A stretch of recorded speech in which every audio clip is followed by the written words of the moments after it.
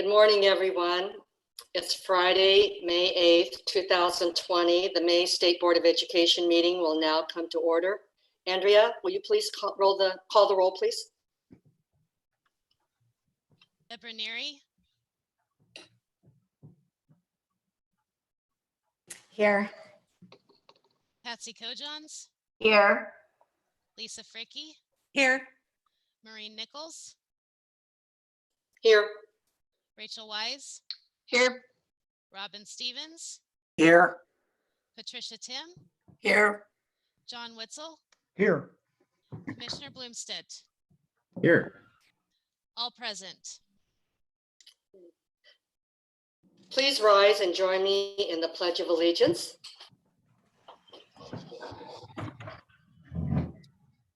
I pledge allegiance to the flag of the United States of America and to the republic for which it stands, one nation, under God, indivisible, with liberty and justice for all.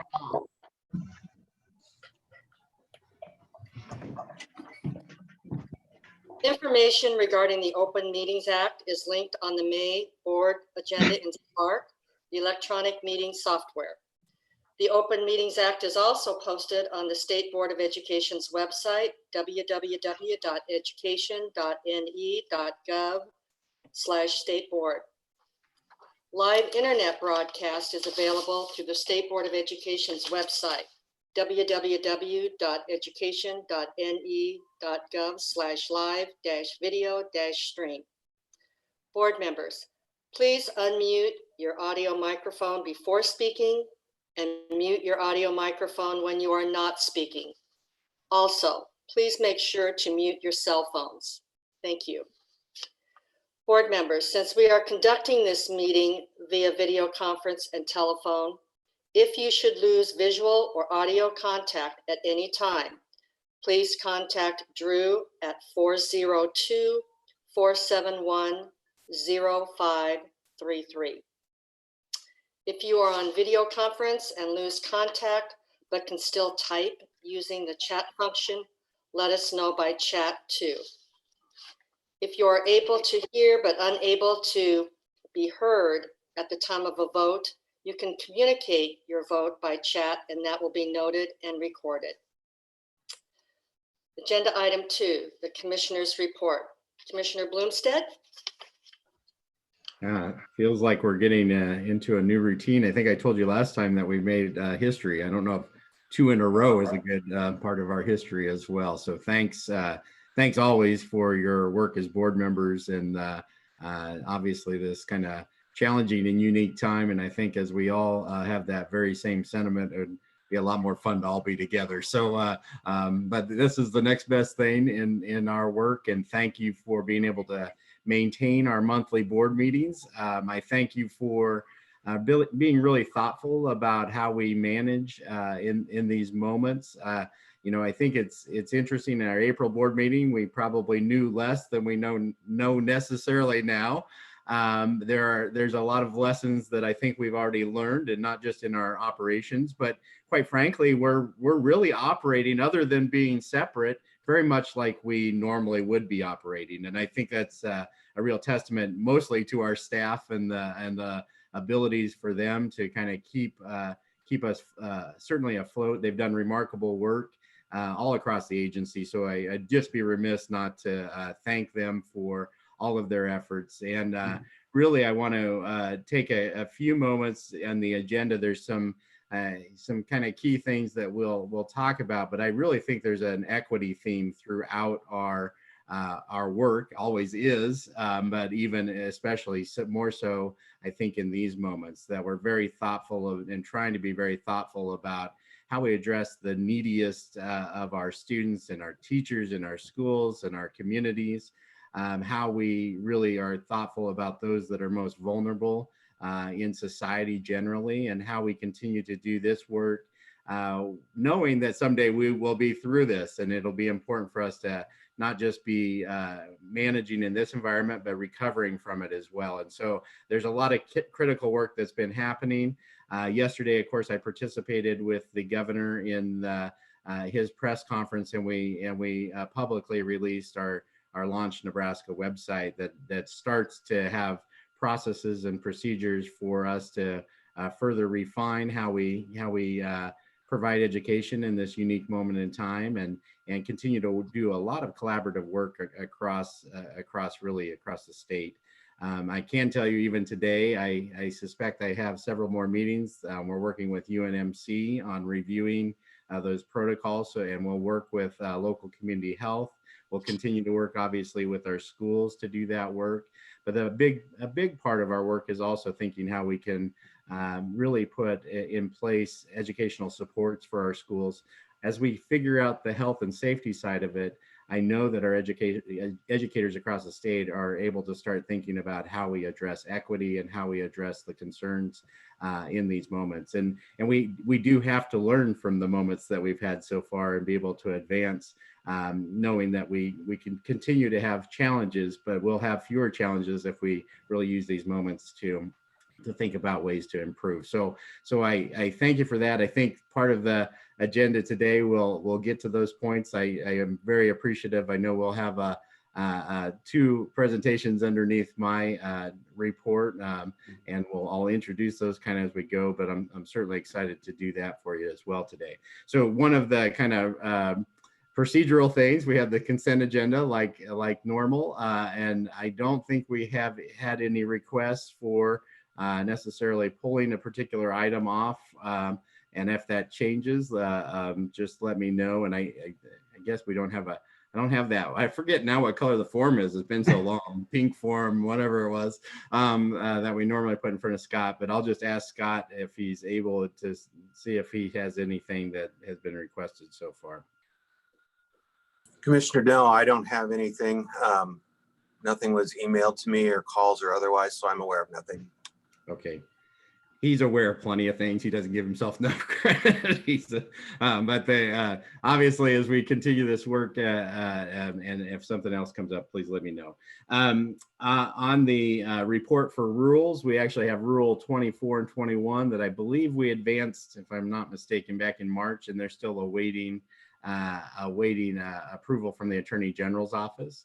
I did by chance pass the Attorney General in the hall yesterday. I didn't ask him how it was going on this front. I'm sure he didn't know. But I anticipate they're doing as quick a work as they can on that particular review. And again, appreciate all of our partners that we have across the state. So that really covers those parts. And I really am very appreciative. We have, again, a couple different guests and a couple different presentations.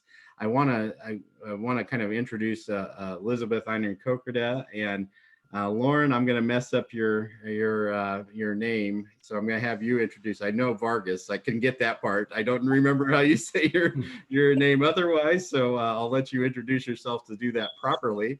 I'm really pleased to have Elizabeth and Lauren join us for a bit of a presentation to talk about really the challenges that we've faced as a state, but truly it's as a nation, and serving students with disabilities in this moment in time, and being as thoughtful as we can be about what those processes and procedures need to be, while still following the expectations around FAPE and special education responsibilities that we have for our students. And I've just been very pleased, and I think I've shared with you before, at least in some written form or otherwise, when we had just started in this process, I became very concerned that our ability to respond, and there was a lot, as everyone remembers, if you can remember back what seems like a year ago or 2 years ago, but just back at the end of March when we were making decisions about what was safe for operating schools. A lot of challenges were put in front of schools for how they responded to the individual needs of students.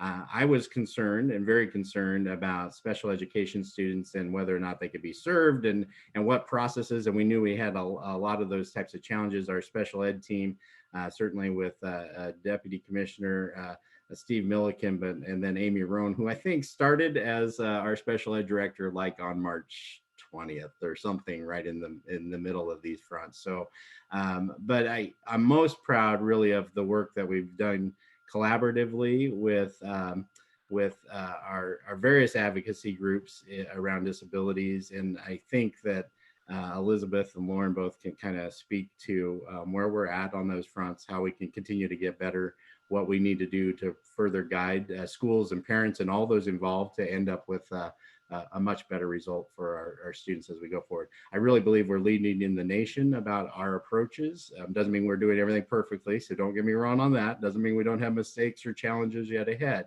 But I think we're trying to lead with a real perspective on serving all students and serving them well. And so I'll turn it over to Elizabeth and Lauren, and hopefully all of our technology works for us. So Elizabeth's in San Francisco, and that's, oh, you're both in San Francisco. Yes, That's wonderful. we coordinated and decided to fly there together.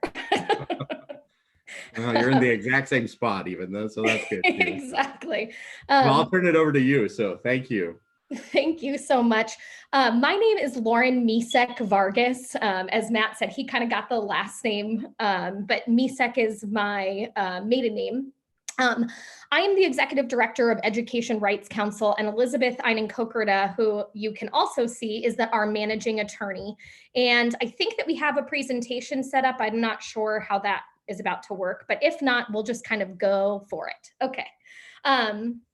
Education Rights Council is an organization that we started in 2018. And really what we do is focus on educational equity by amplifying the voices of our most vulnerable children across the state of Nebraska, by removing those legal barriers so that children can stay in school and thrive. And we do that by doing 5 programs. So if we can go to the next slide. Oh, this is us. Yep, sorry. That's us, kind of a little bit about our information. I am an attorney and so is Elizabeth. I taught previously special education for 6 years, and I was a teacher coach before going to law school, and then currently work as a public defender and working in the juvenile justice system in addition to doing Education Rights Council. Elizabeth, many of you probably know her. She used to work with the school districts, with OPS, and currently is an education lawyer and has 20 plus years of experience working with schools and many of you. And our programs, we have 5 programs, if we'll go down to the next one, and you guys can kind of read through these elements, but really what we're here to talk to you about today is our research that is informing and implementing change. What we've done through COVID is recognize that our most vulnerable children, which tend to be our kids with disabilities, are, what we're trying to see is what is exactly being provided for them. And so what we did is, in partnership with the commissioner, is provide a survey to many of our clients and also the kids across the state to see where are our gaps, but also what is really working well. And Elizabeth's going to talk more about that. But first, I really want to also expand on what Commissioner Blumstead said. We really are leading the nation, and through his leadership, we really are leading the nation going forward on what is driving positive change in Nebraska, and also what is driving positive change across the nation. So we really should applaud him, and we thank you so much for your ability to collaborate with us. Elizabeth, you want to take it away? Sure. Okay. Let's see, I think I'm on too, right? Okay, great. I did want to back up, I'm going to say one more thing about Nat Blumstead, our commissioner, and I really hope that this board understands how fortunate this state has been. The way we started reaching out is, frankly, Lauren and I reached out to the commissioner to explain to him that what we were seeing in the state as we entered into this very difficult time was, unfortunately, that several districts across the state were getting advice that we felt was frankly discriminatory, to the extent that they were saying, let's educate the kids that we can, but as long as we don't really do any actual learning, we don't have to worry about all of our rights and obligations for our most vulnerable.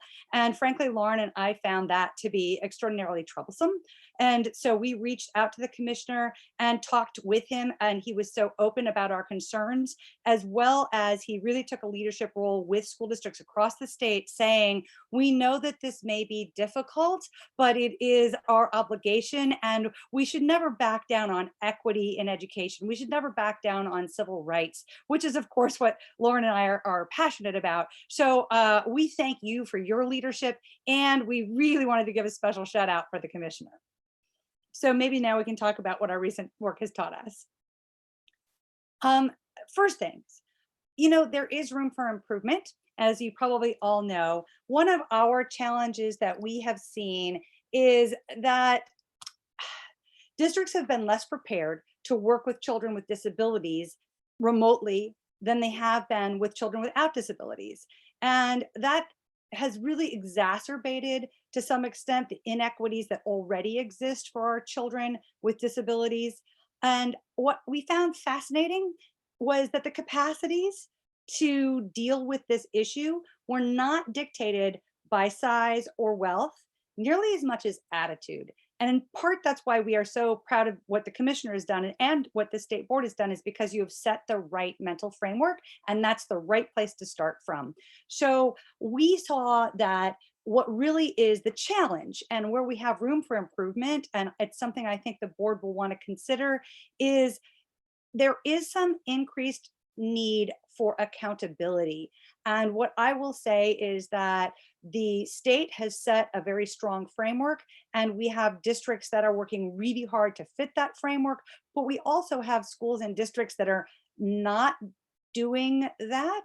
And there needs to be some ability that I would urge the board to think about in terms of additional strengths that we can look for to try to hold school districts accountable to the standards that we set. The other thing I'm sure everyone is very knowledgeable of is that parents have not felt that they've had a place to voice their concerns. Education Rights Council tries to be that place, but understand that because special education is so complex and it's such a legalistic process, that parents don't really understand where to turn. And I think that the state board and the Department of Education have done a yeoman's work putting it online and that kind of thing. But we have to recognize that there's a large body of our families that may not have access to the internet, may not be English language speakers, and may have children with disabilities. So they aren't really knowing even how to access that information. I was very pleased when the commissioner created basically a nonprofit advocacy group as well to give input to the commissioner and Amy and Steve. That was fabulous. But this pandemic has really brought to the surface the vast inequities that exist. So I want to move to our strengths. I'm sorry, I'm taking a little bit too much time. Can we go back to the middle one with the light bulb? Yeah, we're going to go for about what our moderate strengths are. Several districts have become really more creative and collaborative, and parents are also seeing how hard teachers do work in developing differential instruction. So that appreciation is great. And in effect, one of the good things that's happened is virtual instruction has opened the classroom, and districts are trying to figure out what this fall will look like. So as we are having a more open access for parents and kids in the classroom, I see more parental involvement. Now, the unexpected really good, and this takes us to perhaps why Lauren and I really wanted to talk to you today. What we have learned is that many of our special education students are actually thriving in the virtual environment in unforeseen ways. An example of this might be kids with ADD or autism who are outperforming themselves at home because they found an environment that is less distracting, less worrisome. Other children are thriving because they have a great need for one-on-one, and this has given them an opportunity for one-on-one. We also have seen that parents are much more able to participate in things like IEPs because they can happen when the parents are even at work. They can take a break, they can go into the lunchroom, they can do the IEP, they can come out. So it's really enabled a time frame. It's given us more literal time in the day to get things done.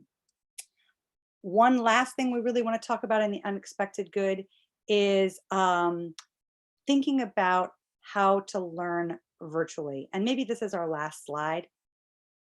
If you want to go to the, what we have found, and we would urge the state to think about, is getting back to normal is probably not where we want to go. We want to get back to someplace better. And what we really see is that from a virtual tech perspective, our state, and maybe many states, have not really looked at virtual learning and technology as something that actually belongs in an IEP, something that can expand the school day, a time when students could actually perhaps participate in PT or OT without having to leave the math classroom because they could get it in another way. There's just a whole lot that I think we can look toward, and it's really important to start doing this right now, because I think, as the commissioner has alluded to, and we're talking about in Lunch, Nebraska, we don't know, number one, when everybody can get back. Number two, we don't want to lose the ground we've had, because students have actually accomplished a new skill. Virtual learning is a skill, and we want to give it to everybody. With that, I will stop chatting, and Lauren and I are here for any questions you might have. So first of all, I think it would be completely appropriate. I guess we hadn't set something up about it. Completely appropriate for board members to ask questions of Elizabeth and Lauren, and I thank both of them. Truly, I think our opportunities ahead in this work, and I appreciate kind of the focus on those positive things that we can really learn from. I do not want to go back to normal. I want to always be working to make things better. And if normal is not good enough, then we need to be working on, let's return to better. Right? Let's figure out other ways to do that. So just thanks. I think probably the best way to do this, Maureen, is for you to kind of manage board member questions, if you would. I know it's a little tougher than normal, so I'll let you kind of handle a bit of that and then go from there. Deborah Neary. Thank you, President. And thank you, Lauren and Elizabeth, for that presentation. Wow. I mean, it just speaks to the things that matter to me. And I have a sister with a disability, and I've seen what technology has done to expand her world and her abilities and her communication skills. And I'm excited about not getting back to normal and all the potential. My question is, you made the statement, parents don't have a place to voice concerns right now.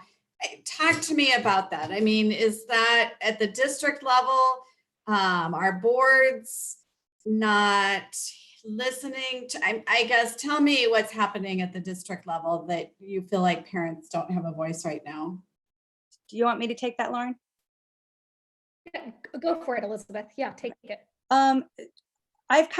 Lauren is our executive director, so sometimes I'm on the front line dealing directly with the parents and the kids. There's probably three different areas. First, when this happened, what happened is schools basically thought about themselves as closed.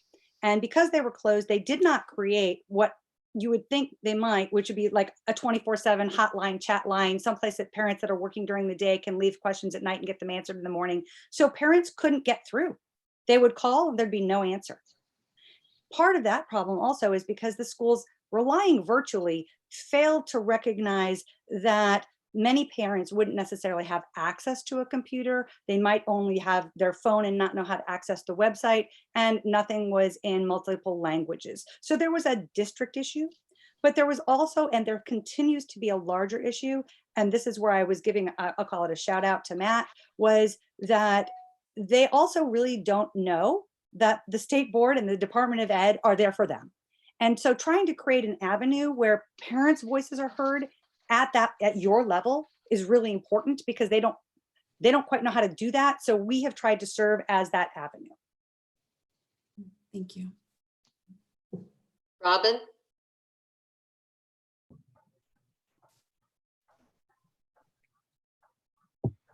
Thank you, Madam Chair, and I'll obviously thank you to Lauren and Elizabeth.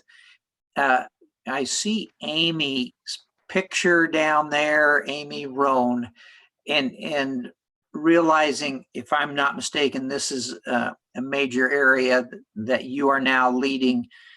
Do you have any thoughts to what some of the things that were just stated, or anything to add? Amy, are you still? I don't see her on my screen, but hopefully she's available to take a question there. Hi, Amy. I don't mean to put you on the spot. I was just, I guess, just interested in some of your thoughts as Lauren and Elizabeth has spoken? Anything else? Yeah, Matt, is that okay with you if I address? Yeah, go ahead. Thanks, Amy. So I would just say it's, as Elizabeth alluded to and the commissioner earlier, we have developed a task force convening a group of individuals that includes Elizabeth and several other disability rights, PTI, so many parent and family advocacy supports and groups in Nebraska. And I think it's been very great that we are all able to convene and talk about these things. I know that these are not necessarily new issues. We're constantly striving to improve our relations with parents and improve parent rights and information in our state. And so I think it's just been really great that we're able to have these discussions to work to improve the situation as it is now, but ultimately improve all learning and education for our students with disabilities as we move forward, whatever normal might look like, right?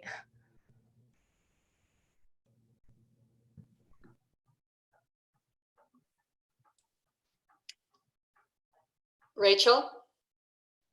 Thanks, Maureen. Thanks, Elizabeth. Thanks, Lauren, for your presentation. And I just want to go back to one of the comments that you made at the beginning when you were talking about improvement. And I appreciated your kind of closure on don't get back to normal, get back to better. I really love that phrase. But you brought up some things that you encouraged the board to consider.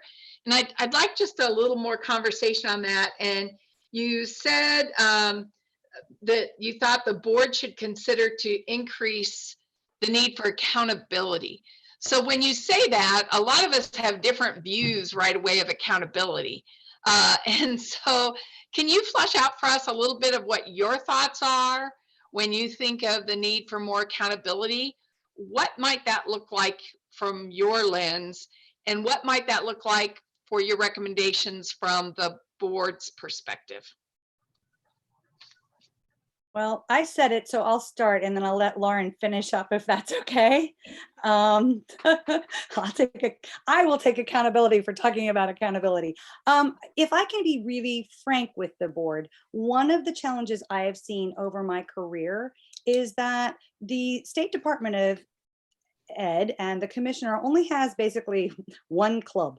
And what I mean by that is that if a school district decides to not follow the recommendations of the state, the only thing that can happen effectively is basically there's a monetary penalty. And that penalizes all kids if you implement that kind of thing. So they're really, sometimes, in some ways, some districts tend to kind of take a wait and see, make me do it. I don't have time right now.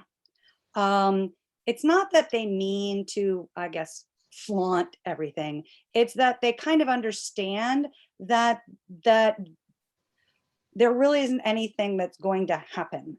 And one of the things that I have seen over the years is if the State Board of Ed and the commissioner thought it appropriate to think about perhaps how to investigate a little bit more whether something is happening and how to be able to, in incremental ways, hold districts not only accountability for achievement and that kind of thing, but accountability to the very rules that you as a state board have set. Because sometimes we literally see them not being followed. And I'll give you a wild example that has come out of this pandemic, and we are not here to name names because we work so hard to support families and schools and build the bridges. But we had schools simply say, oh, we're closed, so nobody can enroll right now. Well, that statutorily is impermissible, and it's certainly not the framework of what the state has said. But whether the message didn't trickle down or whether the school just felt it's too much, we're not dealing. What happened is Lauren and I had several students who either had moved in from the district or had come out of, say, a juvenile facility or other places where they literally couldn't get into school. So everybody else is getting school, they're not getting it. Now, I think this commissioner handled that, but it's those kinds of things where we shouldn't have to be running to the commissioner all the time to say, hey, problem, right? It's a little bit more like if we could get some ability for the commissioner and the state board to have interim steps for accountability that schools would have to pay attention to, I think it would be really beneficial for everybody. John. Oh, Thank sorry. you very much. Rachel, did you have a follow-up? No, I think Lauren was just going to follow up maybe. So Lauren, did you have something to add to that? I just wanted to say briefly, I think that with the state board, it's really imperative for school districts, but really families, to understand what your role is. And right now, although there's so much leadership coming from you, kind of speaking to what Elizabeth said previously, it's unclear where they can actually go to seek that information and to seek your assistance. And so that's why many of those questions are being funneled through us. And that's what we, exist to do. But we want to make sure that what you are saying and what the implementation that you're trying to execute across for the entire state is actually being implemented. Thank you. Thank you very much. I'd like to ask, if you will, thank you very much, Lauren and Elizabeth, for all your outstanding work. I mean, this is very, very blissful information for sure. But I do have a quick question in regards to like our stakeholder engagements, if you will. Are you familiar with what our, if you will, associations and support stakeholders are doing at this time in regards to this, if you will, period of remote learning and the initiation of equity? You want me to, again, here's what I do know. These are the people that I work with, Thank and you. Lauren may want to address it from more the judiciary and the legislative side. From the stakeholders that we work with, like PTI or disability rights or ACLU, or they're not really a disability rights person, but they sometimes get involved. Voices for Children, all of those entities and legal aid have been working with us to try and answer questions. What's happened during this pandemic is we've sort of switched over to becoming a much more focused on helping each of these agencies understand rights and responsibilities. And I would say that's what they're all trying to do. They are all trying to understand what is to be expected, but it's hard for them. Thank you. Thank you very much.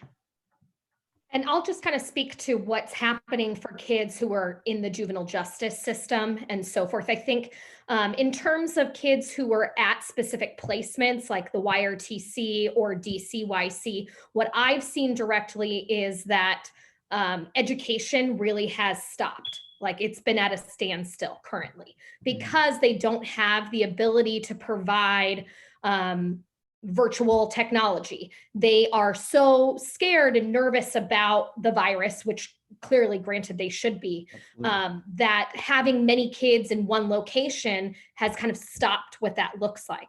And so for those kids who are being placed in those placements, that only includes our state facilities in terms of, or county facilities, right? Like DCYC, excuse me, or the YRT. Absolutely. That has really been on pause.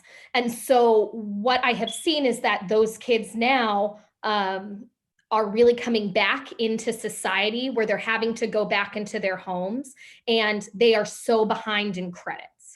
So that is something that we are trying to work through on the juvenile justice side, trying to make sure that we're working with other nonprofits or stakeholders like D2 Center or other credit recovery programs to try to eradicate that. But that is a problem that we are seeing.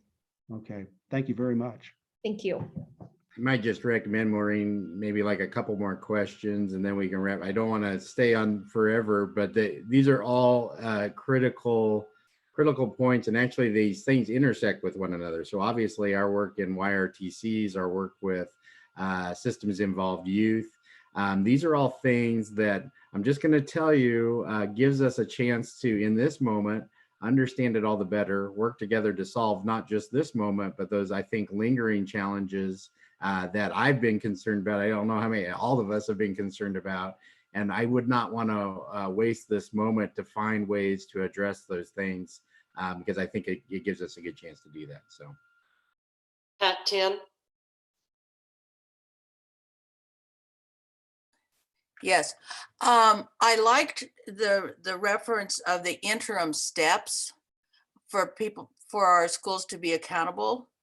And it makes me think of, and it isn't something that can be done immediately, but I think we need as a board to look at and explore the ideas of putting together continuous improvement plans that address those special education needs, so that we do have those interim steps, that if you're doing this, that's good, but you need to do this, and so on up the line. And I would hope that we could refer that to a committee this coming year and start making some of those plans as models for school districts to use. Patsy or Lisa, do you have a question that you want to ask before we wrap this up? You know, I can ask maybe after the board meeting, because I was just so disheartened that some schools aren't doing anything for the most vulnerable special ed students, or we're lacking whatever to get things done for these students. So I'll ask my question at another time. So thank you, Lauren and Elizabeth. I want to raise one more point, just, and I'm sorry to interrupt for a second, but we do also have schools that are reaching out to me asking how they can at this moment. So I don't want to leave the impression that we have that folks are just ignoring it. They're really questioning how they can get back safely. We actually have students that are vulnerable in other ways. And so we're also going to be, and part of the Launch Nebraska effort, thinking about how we can start to do some one-on-one services. I've had lots of requests. So I want you to know that schools across the state are also trying to help be part of the solution. It has been unique. And I will admit, I did not like kind of the lawyerly answers that if we do nothing, we'll be fine, right? And that was one of the challenges. I don't mean to offend Elizabeth, you know, but the lawyerly answers of, hey, look, we're gonna take this road and we'll have less risk if we do it this way. The best thing to do is serve the students that are in front of us as best we possibly can. And I do have plenty of schools and plenty of folks reaching out going, how can we do this? Because they're looking at the health stuff and they're saying, hey, Commissioner, you told us we need to be closed for safety, but we want to provide services to students. And so it is a challenging moment in time, but I don't want to leave it with the impression that we don't have schools that are really, really trying as well. Well, I know that from your previous comments, Commissioner, but it sounds like there might be just a few that are struggling with what to do. So I appreciate your comments just now. Thank you. Patsy, did you want to say anything?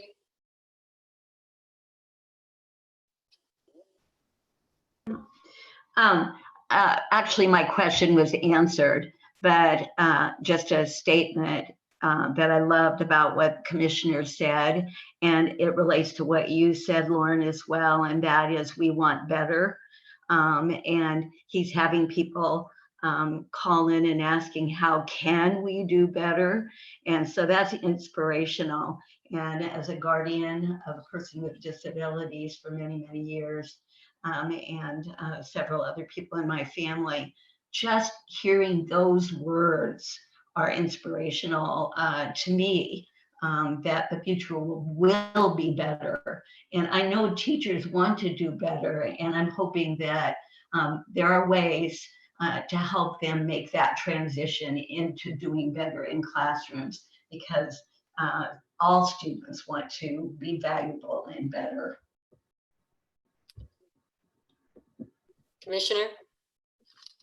Yeah, and I saw Steve pop up quick. He might want to say one thing. He's also the national, National Association of Special Ed Director. You're gonna have to tell me what that is. But Steve, yeah, you maybe had a comment. Yeah, thank you very much. And yes, I'm president of NASD, which is the National Association of State Directors of Special Education, which has put me in a situation to be able to visit with other states and other state directors on exactly the challenges of delivering special education services, all services, to students with disabilities, I guess, in remote learning environments. And it's been a national challenge to do that for all kids, but particularly for kids with significant disabilities and so forth. And so that's been a challenge for everyone. In Nebraska, we're very fortunate that we work very closely with our stakeholders, those being our local districts, special education directors, and Amy in particular has worked very hard to enhance our communications with our parents, advocacy groups, and so forth. But I will tell you that, and it's important that the board knows that most of our districts in the communications that we have done very well to reach out. And I brag about Nebraska as I work with other states. So there's no question about that. We've had some challenging issues with some districts, and we're working hard to address those, but there are means of which to do that, and they've really stepped it up. So comparatively speaking, of course, we care about our state, and our state's doing fantastic, but comparatively speaking, I brag about how we have stepped it up during these remote learning times, and especially for kids with challenging academic and behavioral issues. But just wanted you to know that. I mean, we are really engaged with our stakeholders and the relationships that we have with those in charge of special education at the local level is rock solid, and we will continue to do that. And like I said, Amy has even enhanced that greater as we expand that to everybody involved in the process. So just wanted you to know that. So thanks, Steve. And I think I kind of want to wrap up, if it's all right, on this part and move on. But what I'm going to say, what Elizabeth mentioned around accountability and that discussion, we are missing some tool sets in which to kind of do that work, right? And so, and I think I felt this for a long time. So this is not a new issue for me. And we've had challenges in the past. It's like, and even on how we deal, most of our rules are set up for you have to have the bad thing happen, and then we have some power, right? And so I think for us to be thoughtful, and we've done a lot more and under Amy and Steve's leadership of how we handle challenges in special ed, scaling some of that, thinking about how that would really work, our direct connections with parents in these settings, and so that their voices can not just be heard by advocacy groups, but by us directly, and how we might think of structuring that for the future, I think is exactly what the work needs to be for us. And so when I come back to the board and say, this is the policy work that we also need to do, it's really to help us figure out what powers we could exercise a little more effectively underneath rules and regulations. It's going to, and this is not the only rule or reg that we're probably have obviously is a set of challenges in these moments, but it's a very significant part of our work. And I just really appreciate both Lauren and Elizabeth coming today, being part of this ongoing conversation. And they said they wanted to build bridges, and see right behind them are bridges. So it's all very good. But really, thanks so much, Elizabeth and Lauren. And we look forward to continuing to work with you. Thank you so much for having us. Thank you. Thank you.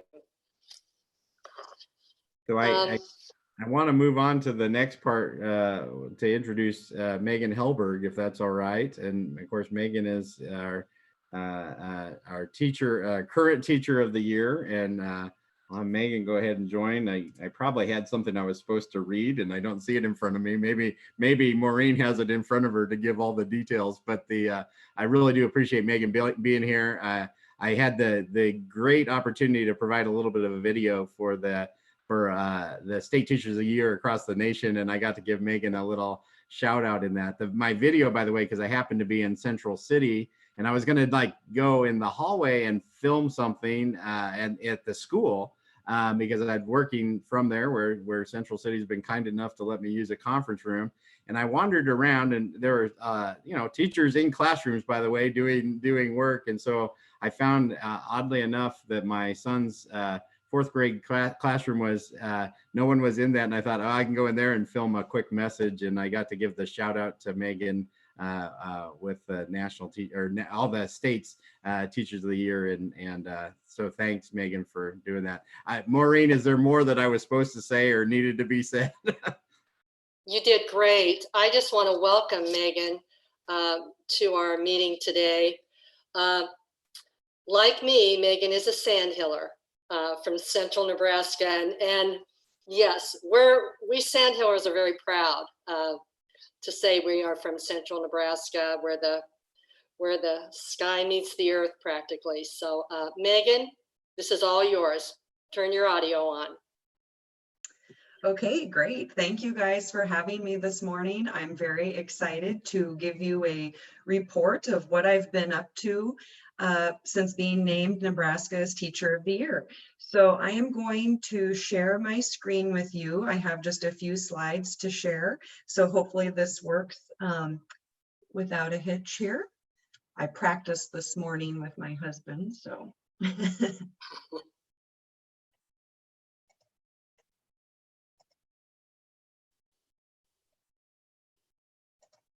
All right, is that working? Can you guys see the, okay, very good. So I did this in, just as a reminder, I am an English teacher in Burwell, Nebraska. I teach 8th, 11th, and 12th grade, and it's been an unusual year to say the least.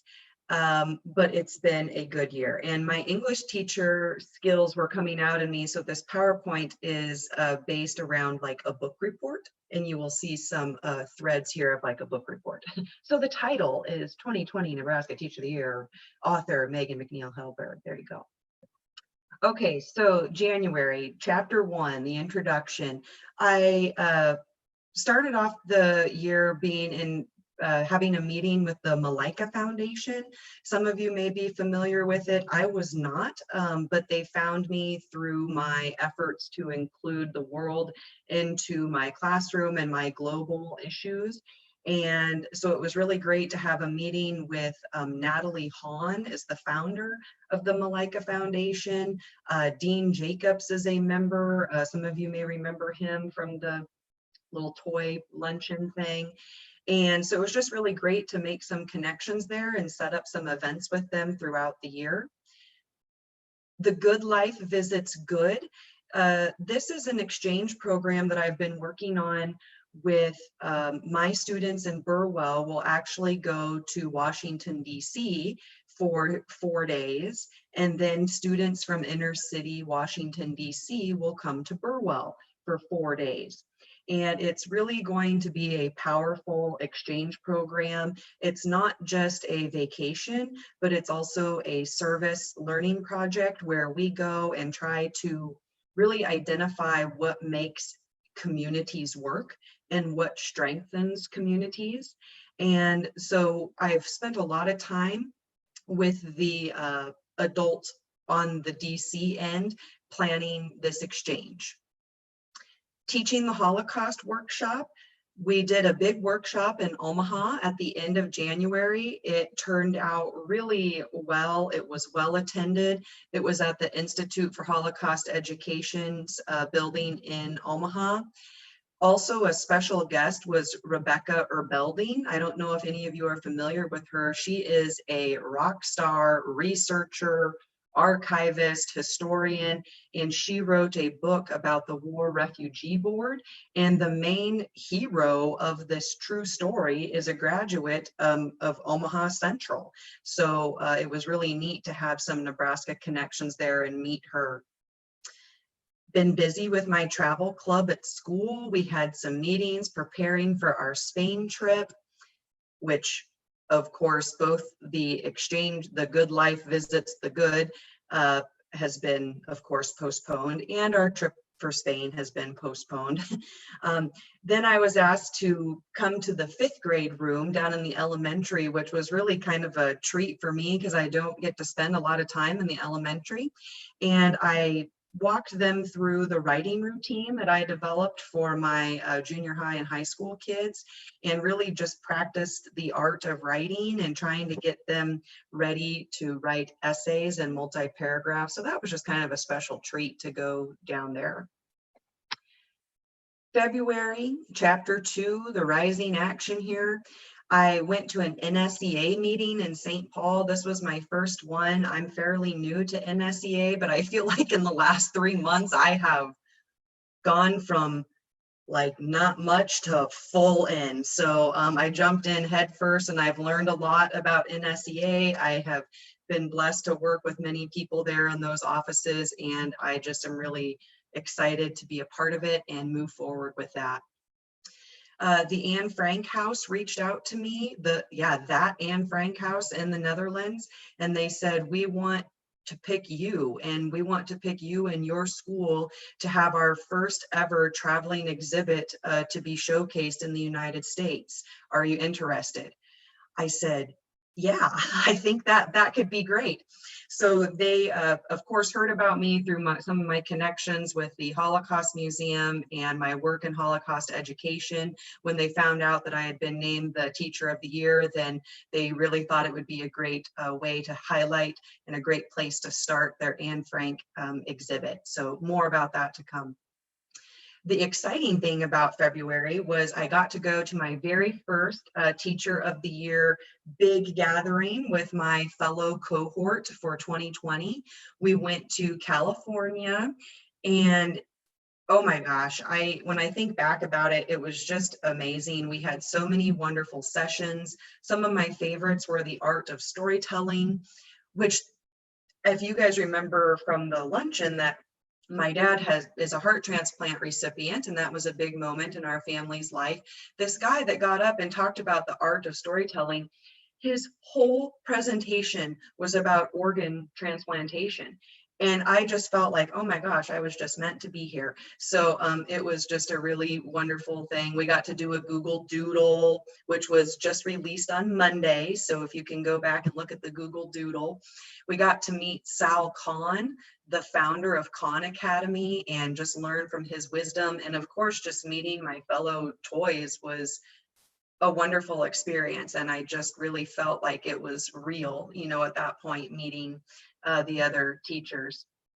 Also, something exciting, a school in Green Bay, the Aldo Leopold School, reached out to me, and they were doing a unit on the Rwandan genocide, and they found out about me through Carl Wilkins, who was the only American to stay in Rwanda during the genocide. That is who I traveled to Rwanda with a couple years ago, and he recommended me as a speaker for them during this time. So I was able to go to Green Bay, Wisconsin in beautiful February, and no, it was wonderful. But it was just great. I spent the morning with students talking about the Rwandan genocide, and they were really wonderful. They had great questions. We had thoughtful discussion. And then in the afternoon, I did a teacher in service, basically, for the staff that involved the Rwandan genocide, but also storytelling and some of the techniques that I learned from the induction ceremony.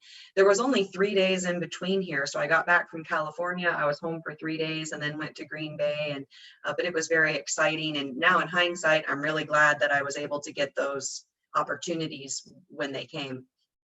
I also partnered with Reach the World. This is through the Malika Foundation that actually was generous enough to pay for the subscription.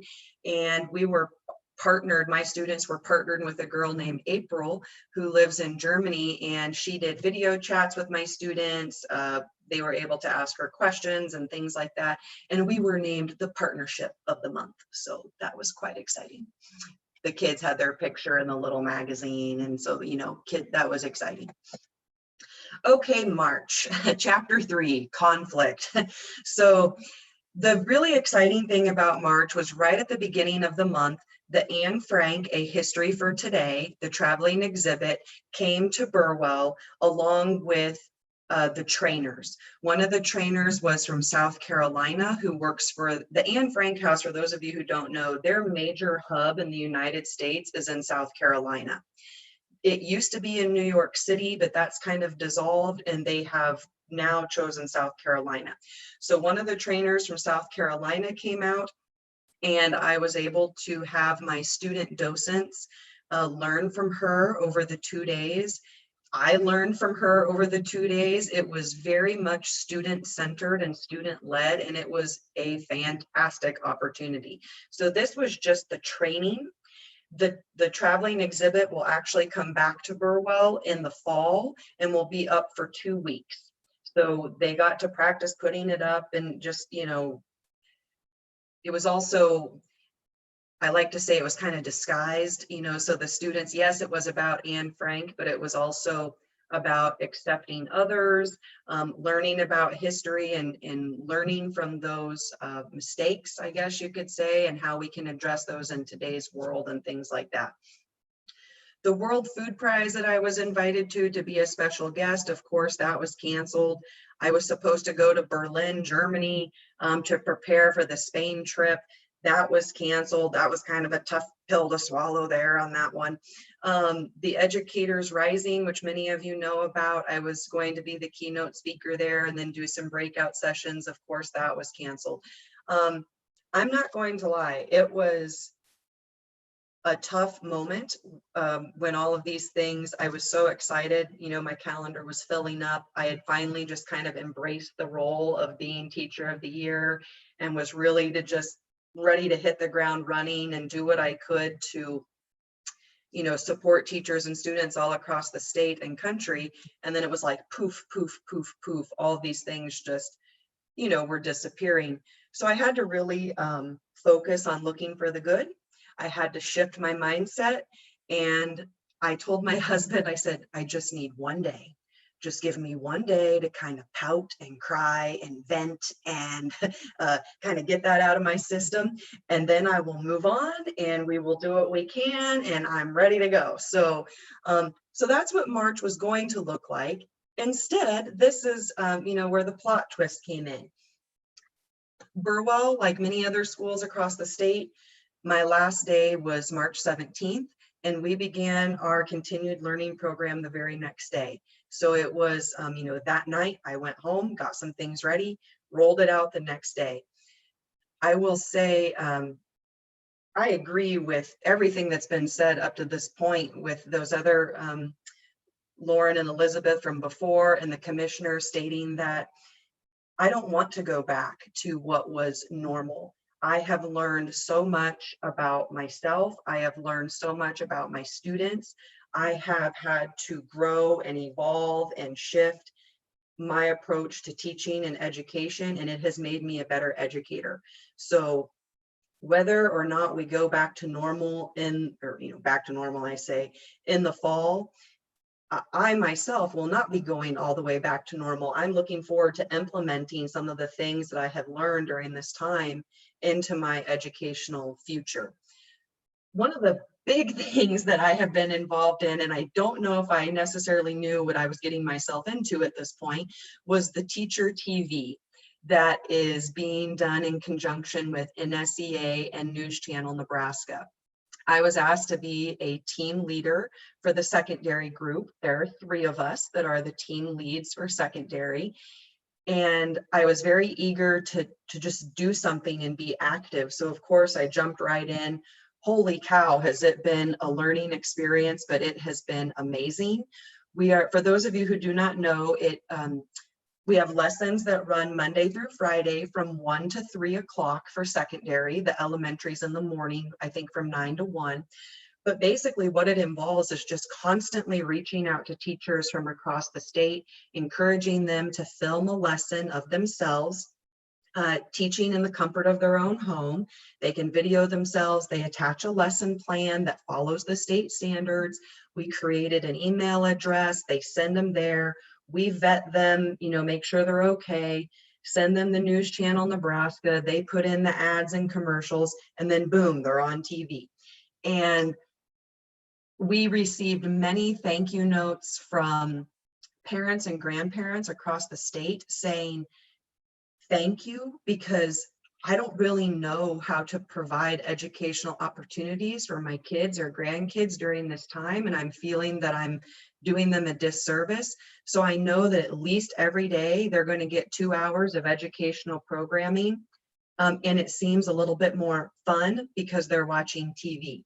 So the feedback has been positive. It is not perfect, but we are learning, and we were one of the first states in the country to unveil this Teacher TV. And I had many of my toy cohorts from other states reach out and say, help, we're now doing it in our state. What have you guys been doing? So that's been great to be able to share that knowledge and learn from each other. UNK is going to feature me as one of the featured alumni in their upcoming little magazine. So that was kind of exciting. I dipped my toe into the world of writing an op-ed, which I think I stressed out about more than anything else. At this time, right when all of the closures were happening, something that was being brought to my attention, it was not happening to me personally, but it was happening to many other teachers around the state, is that their administrators were still demanding that they come into the school building to put in their hours. And many teachers were feeling uneasy about that, you know, feeling unsafe or about their health, or, you know, it just had it struck a wrong chord with many teachers. And they were reaching out to me. Some of them I had met, some of them I had never met, and they were wanting me to use my voice to help them. And I was like, whoa, that was kind of a reality check moment. And so I wrote this little op-ed, you know, basically just urging administrators and school boards to trust their teachers, that teachers want to teach and they will figure out a way to get the job done. Just trust them to do that, whether it be from the classroom or from home. And so that was a learning curve for me. And, you know, I think it did help. I heard some feedback from some of the teachers. So then I actually filmed a lesson for Teacher TV. It wasn't perfect. That's part of the charm of it, I think, but it was fun nonetheless. I also did my first experience with a podcast. AEI Education, they're out of Washington, D.C. They reached out to me and asked if I would be willing to be on their podcast called The Report Card. It was a really fun experience. Many of you know I'm rarely at a loss for words, so I thought, hey, podcast, this could be my new thing. Like, you just get to sit and talk, and all right, cool. So it was a neat experience. Echoes and Reflections is a very well-known Holocaust education site, organization, and I jumped on a webinar called Who Will Write Our History? It's a wonderful film, if any of you have seen it. But it really sparked an idea for me. The whole thing is, you know, once you're gone, who is going to write your history? Who's going to write about this moment in time? Is it going to be all adults? And so I took this idea to my students, and it really sparked this powerful idea of journaling, of memoirs, and things along that line. And the famous Alexandra Zapruder, yes, that Zapruder, she's the granddaughter from the Zapruder film. She reached out and said, do you have any students that would be willing to share some of their journal entries with me? I'm writing a book. Her last book was journal entries and diary entries from children and youth and teens during the Holocaust. And she says, this is going to be my next book of, I want teen and youth voices for this specific time and how they're dealing with it. So I was able to submit some work from the students right here in Burwell, Nebraska, that will hopefully be featured in Alexandra Zapruder's next book, which is quite exciting. And then April, I was only supposed to be in school 5 days in April because I had so many events and travels and workshops and things like that. And I was really excited for all of those. However, as you can probably imagine, that didn't happen. I ended up being in school 0 days actually, and didn't have to worry about getting a sub. So there you go, that was nice. So one thing that I got to do at the beginning of the month was the Omaha World Herald. Every year they do their academic honors selection, and I was asked to be on the selection committee. I tell you what, this was an incredibly inspiring experience. It was a lot of work because there were several, thousands of applications to look through. And it took me several days, but I tell you what, it came at just the right time because it reminded me that we have a lot of amazing students in our state and our country. We are in good hands for the future because we have some just amazing kiddos out there that are going to go off and do wonderful things in this world. So it was an honor to be on that selection committee. I believe you will see those coming out this weekend in the Omaha World Herald to all the winners across the state. The state school board, of course, was postponed, and I'm doing that now. Was going to be a keynote speaker at the data conference. I'm Carney. I'm pretty sure that's postponed. One really exciting thing for Seattle was, or in April, was I had been asked to go to Seattle to be a keynote speaker for the Alternative Certification Conference because I received my teaching credentials through the Transition to Teach program. And of course, that was canceled. One thing that didn't change, one organization that kept with me, I was really excited, was Midland University. They asked me to be a guest speaker for the education students and the faculty. We ended up doing that through Zoom and doing kind of a more laid back experience with Q&A. And I just loved it. It was so much fun. The NSEA Delegate Assembly, in Lincoln, that was an alternate experience where they went online. And then the kind of sigh moment was the Washington Week for the toys. That has been postponed. Fingers crossed that they're going to find an alternate date that we can do that. But I tell you what, our toy group it was kind of a dark time this time last week when we were supposed to be there. There was a lot of, oh, we should be together now and all this and that. But, we're moving on, we're moving onward and upward. Some other things, as you guys know, so in place of all these things I was supposed to be doing out and about, it's all just occurring now through Zoom. And I was asked to speak to a Rwanda group about the Rwandan genocide on the anniversary of the start of the genocide. The Omaha World Herald, we ended up doing that through Zoom. I was invited to speak at the South Carolina Holocaust Conference in early November, fingers crossed. The National Willa Cather Center reached out to me and asked me to read a poem for National Poetry Month. And I mean, Willa Cather has been one of my favorites ever since I was a child. So that was really exciting. And then you can imagine my excitement when I saw that Ken Burns and Roseanne Cash were also reading poems. And I was like, oh my gosh, I feel like I'm 1 degree away from, Johnny Cash. So that was very exciting. And it was a great experience too, to learn a little bit more about Willa Cather's poetry, which I wasn't as familiar with. The Midland University Q&A, super fun. The NSEA Delegate Assembly. I am super proud of Nebraska teachers. There were over 300 teachers that were on that Delegate Assembly on a Saturday morning. It started at 9 a.m. and it didn't get over until 1:30. And there were still 300 teachers on at the very end. I just was like, bravo, Nebraska teachers. NSEA did a great job of setting that up. The Holocaust by Bullets is another organization that I was invited to do a private Zoom session with Father Patrick Dubois, who is in Paris. So that was fun. Summary of this book report so far. I'm not going to lie, I had the full range of emotions. When I step back and think about it though, I'm just incredibly thankful that I have a comfortable, safe home.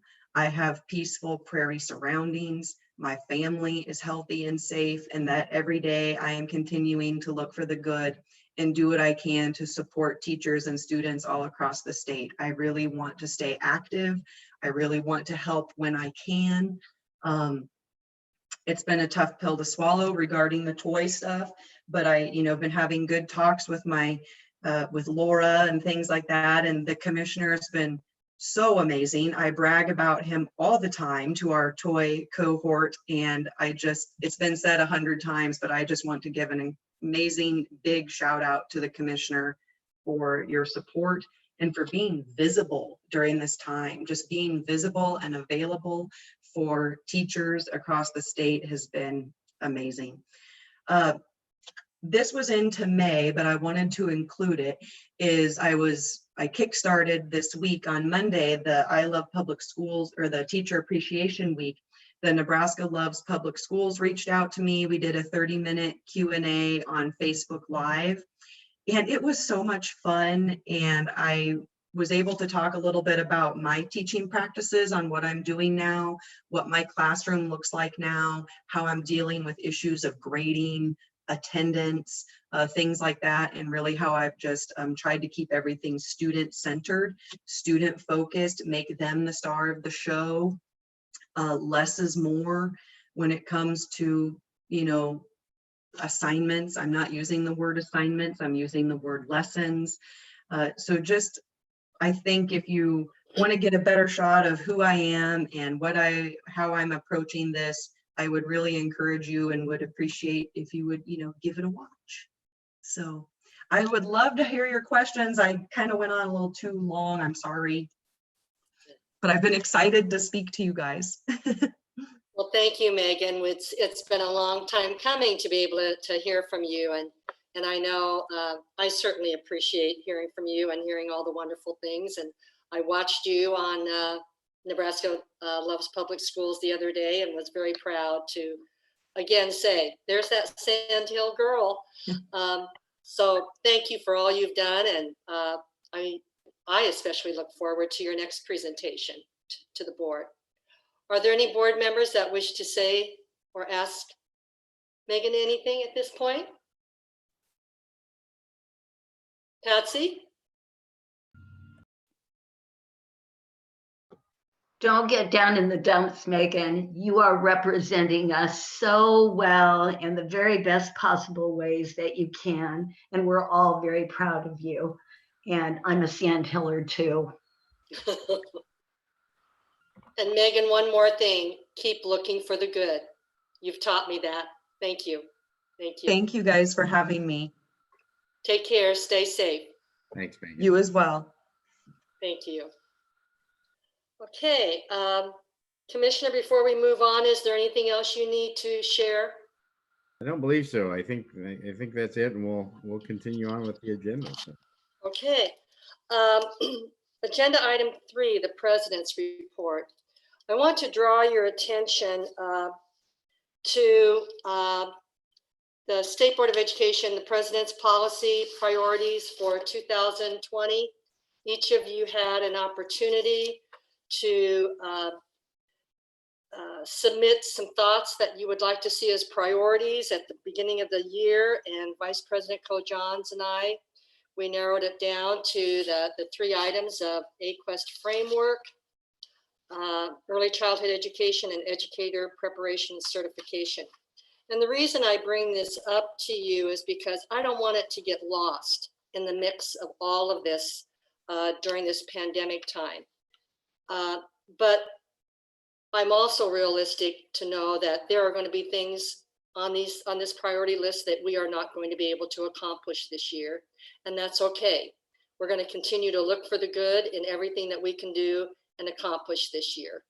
So I just wanted to bring that to your attention and to keep it on your radar. And it is downloaded in Spark and did not get in until last evening when I asked Ryan to please do that. Moving on to number 4. Is there a motion to approve the consent agenda? So move approve the consent agenda. Second. Okay, motion was made by Rachel and seconded by Pat. Per board policy, there's no discussion on the motion to approve the consent agenda. Andrea, please call the roll. Neary, Yes, approve. Co-Johns,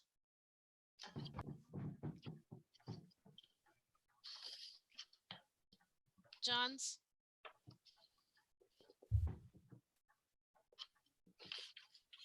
I think Patsy Co-Johns, I think she asked for your votes. I thought I voted already. Yes. Fricky, Yes. Nichols, Yes. Wise, Yes. Stevens, Yes. Tim, Yes. Witzel, Yes. 8 yes. Motion passes. Thank you, Andrea. Maureen, before we go on, I'd like to say something, if I may, real quick. I'm sorry, but I think it fits under the president's report. But I understand we're under a very, very full and critical agenda right now. But I do not want us to lose sight that we have Memorial Day coming up on the 25th of this month. And granted, it's not going to be the traditional, if you will, ceremonies and so forth that we have grown to appreciate and, if you will, value with our veterans and our loved ones. But let's not forget the veterans who served and gave us their ultimate sacrifice, and also our hometown heroes that also gave it all for us. So thank you for allowing me to include that. Thank you. Please go on. Thank you, John. You're welcome.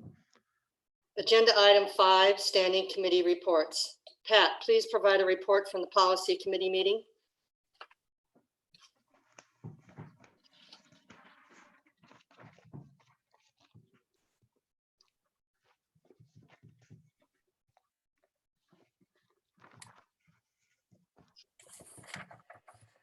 The policy committee met on April 29th, 2020, and reports that the committee reviewed and discussed state board bylaw B14, staff research and assistance, which was scheduled for a 4-year review in April 2020.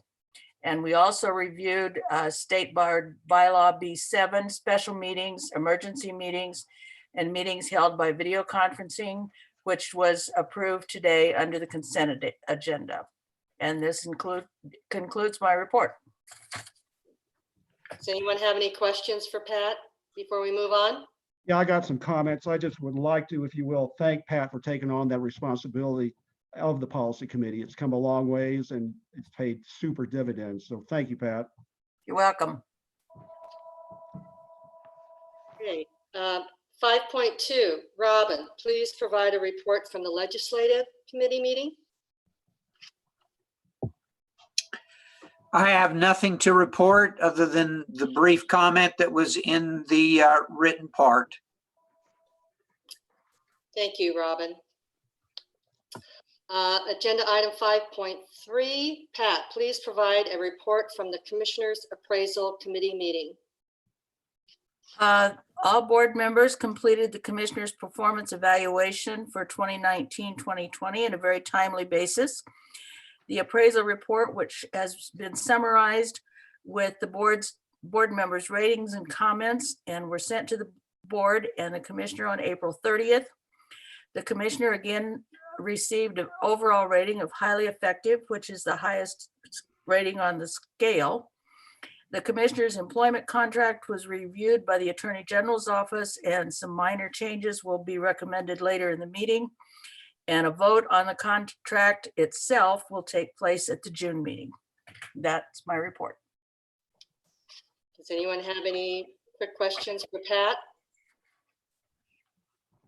Seeing none. I'm sorry, Robin.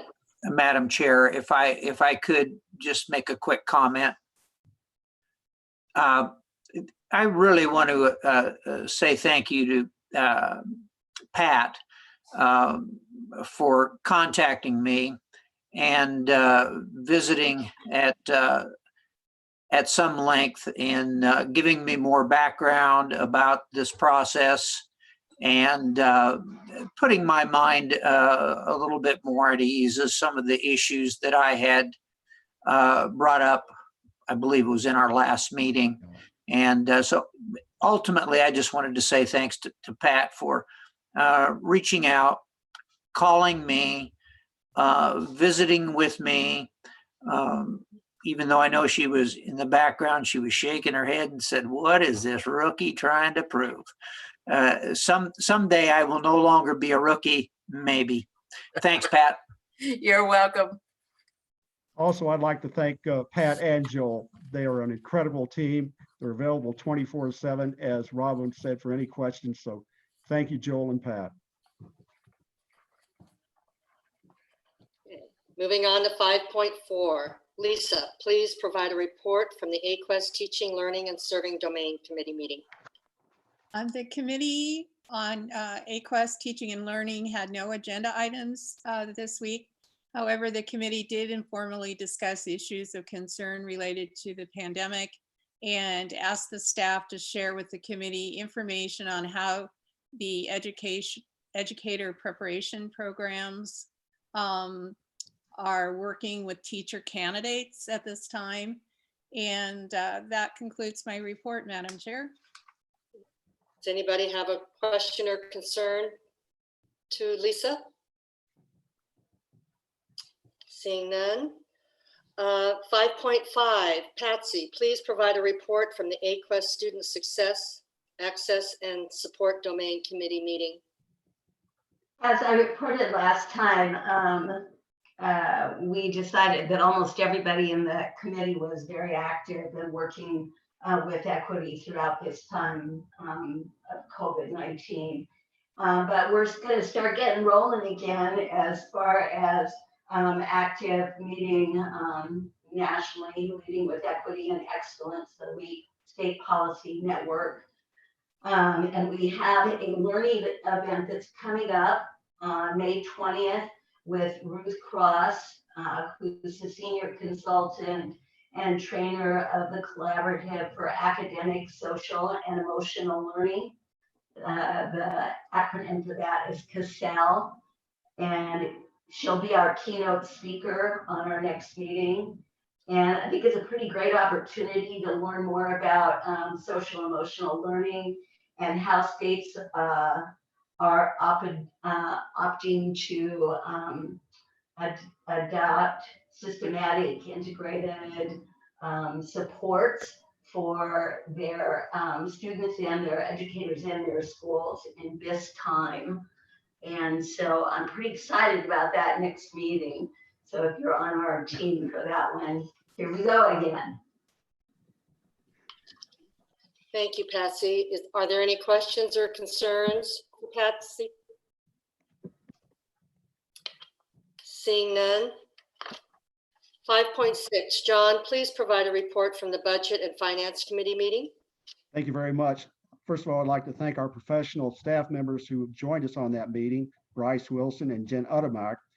The Committee on Budget and Finance reports that the committee reviewed the monthly board travel expense report and had no concerns. In regards to the in-state travel authorization reports, also, the committee had no concerns.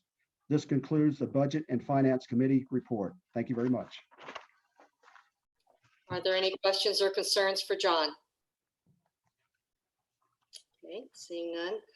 5.7, Rachel, please provide a report from the Strategic Planning, Performance, and Improvement Committee meeting. Thank you, President Nichols. The Strategic Planning Performance Improvement Committee met on April 29th. There were really 3 items that we had on our agenda. The first item was in the consent agenda, and that was the accreditation for our ESUs and the approval of our ESUs for this year, and that was also on your consent agenda for today. Our second item was an update from Shirley Vargas regarding the priority school progress and kind of the transition that's occurred and the challenges that are there. We'll continue to bring that forward. A couple of things on that, but we've also asked for are some updated reports on the contractors and the work that they have done in the 2019-2020 school year, including kind of the transitional nature of their work that's happened this spring, because we will have those contractors contracts coming forward again. And so we wanted to make sure that we have some discussion about that in a future meeting. So we'll get some reports from those contractors. And then we also talked a little bit about some strategies that Shirley and the ND team will be looking at around how we will be looking at priority school progress going forward, knowing with all of the changes that occurred, the priority school plans and the kind of progress we would be looking at has to change. And what that will look like is what the team will be bringing back to us and that we'll bring to you. But we talked about a focus of that being somehow around growth. rather than kind of what we're currently look at and what our current accountability measures are, what would be an alternative plan for us to look at and for our priority schools. So the last item that we briefly talked about was Rule 10, and that we'll continue to do the work on Rule 10. Obviously, we've had some delay in that work with Rule 10, but we will have an opportunity to think about Rule 10 in different ways as we look at other aspects of our work moving forward. So that is the report. It's also in Spark. So thank you, Madam President. You're welcome. Are there any questions or concerns to be, Lisa? Rachel, I just had a quick question. I know that in Knox County, the broadband internet service is kind of sketchy, and Santee is one of our priority schools. I wondered how the e-learning is going. Have you heard anything? Have they had any trouble with students accessing that? Yeah, Lisa, we'd have to turn that over to the commissioner or to Shirley.